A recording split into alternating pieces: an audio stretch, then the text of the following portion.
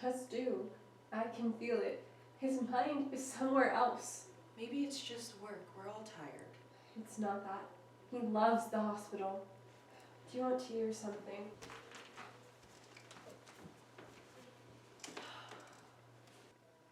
The kitchen is so pretty. I know. I love this house. We're going to live here for the rest of our lives. I'm sorry to dump all this on you.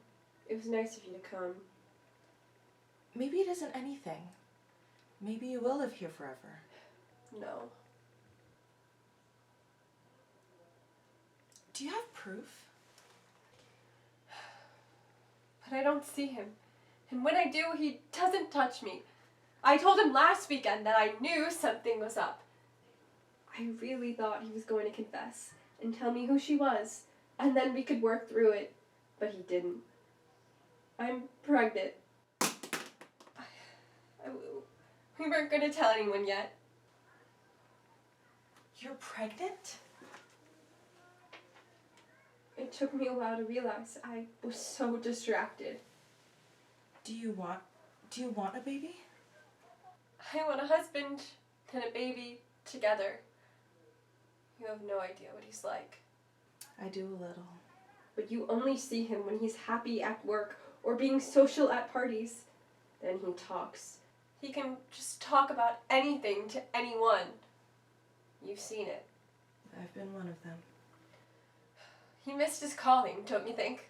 He should have founded a cult. A big house full of barefoot girls sitting cross-legged at his feet. He could go anywhere, around healing everyone. The laying on of hands, that would make him so happy. Instead, he just has me. So he resents me, or goes silent, or he chokes and flex everything. I'm sure that'll change. Do you want black tea or peppermint? Black tea is fine.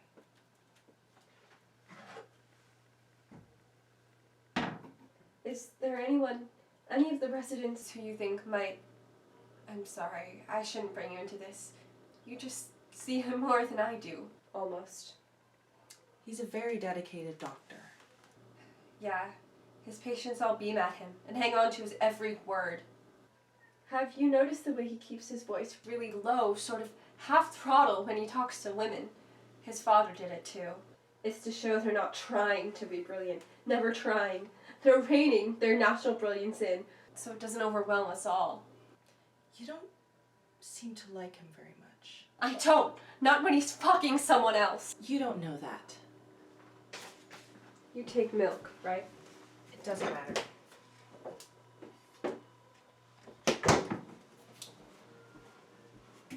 I thought he was a genius when I married him.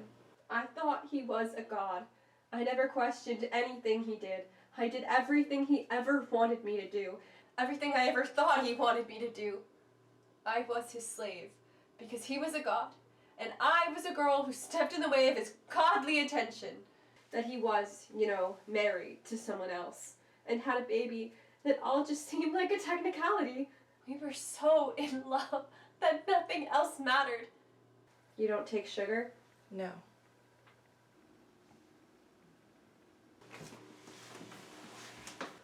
The whole soulmates idea, it's really quite useful when you're stealing someone else's husband. It's not so useful when someone may be stealing yours. If I knew who it was, I would just get down on my hands and knees and beg them to leave our family alone and just go away. Assuming she exists.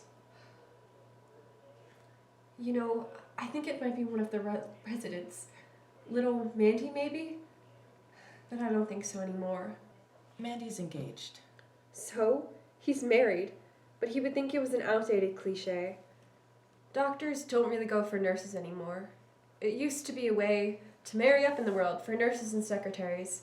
But now, doctors go for doctors, lawyers for lawyers, so maybe it's another resident. I think you're imagining this. I wouldn't imagine it if it didn't seem true. Do you think Max is cheating on you?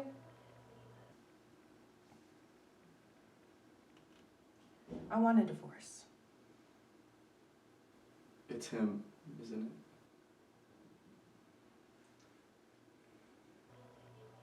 No. Because he's not cheating. You see, I'm not insane or stupid. Besides, you're beautiful.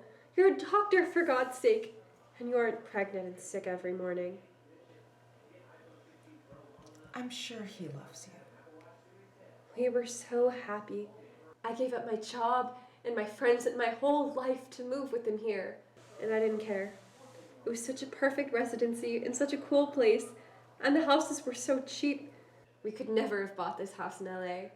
I loved being a doctor's wife in a place that needs doctors. And I was going to have this brilliant, beautiful baby. I was so happy to do all of that.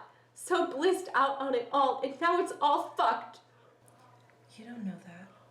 I do. He never used this kitchen. He learned how to cook as a kid because his family had a bad cook. And he used to show off for me. So I made him this kitchen and got the right burners, the right hood. And he doesn't cook anymore.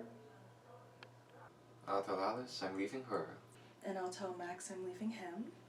And I can finally cook for you properly. In a real kitchen. He's so busy. But cooking was his thing. It's him. Hi. Sure, I'm just here with Naomi. Why shouldn't she be? We're having tea, that's what women do. No, everything's fine. I mean, except you know, that my life is falling apart. I told her a little bit about that. I hope you don't mind. How is the gym? Okay, we'll see you soon then. He's coming home. Do you think he's fucking her? I really should go. No, stay. He'll be a good buffer. We don't have any way of not fighting anymore. We used to do this dance, a little two-step, to make up from any disagreements we had. We used to do it in the grocery store, in people's houses. I think they thought it was so obnoxious. But it would dissolve the fight. We wouldn't be mad at each other anymore. I loved him so much. Do you still love him? I do, beyond reason. I even called his ex-wife. Isn't that pathetic? I wanted to know what he was like then. What did she say? I mean, she wasn't very compassionate. Obviously, I don't know what I was thinking. She asked me if I thought I was so special that I could change him and make him faithful. She said she was still breastfeeding her baby when he left her, so she didn't feel very sorry for me. And she said he's a pathological narcissist and would leave whenever he felt like it. Do you think he's a pathological narcissist? I don't think so. She said at least she had the excuse that when she met him she was young and he hadn't left any wives yet. And she wished me luck. So that worked out well. That was a brilliant phone call to make. I wish I could get her to talk to the new girl. I really should go. No, please stay. He'll be friendly with you and it would really help me. It's hell when we're alone. You can tell me what you think. Alice. Hello.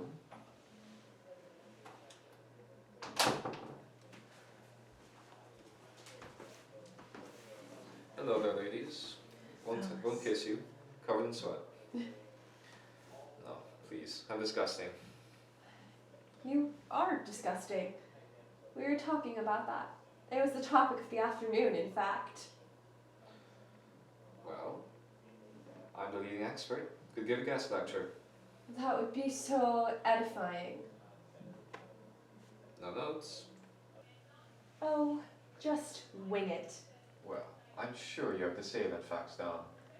Actually, we don't. That's exactly what we don't have. Why don't you just tell her? Naomi is a neutral party. We should listen to her. Hello, Naomi. How's Max? Fine. Who was it who said that marriage is a long, arduous struggle for moral advantage? Someone bitter? It shouldn't be. It doesn't have to be. Well, as I was driving back here from the gym, I remembered this time I did summer stock for a theater in Colorado. Because my older sister was doing it, and it seemed like a good way to meet girls.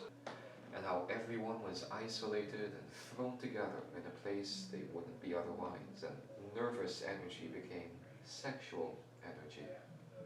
There was friction and suspicion about who was doing what with whom, and some of it was founded. I told her we're having a baby. You told her we're having a baby? Why don't you just tell me what's going on? Nothing's going on. He always says that. Nothing? Nothing. Except that we're having a baby. A baby.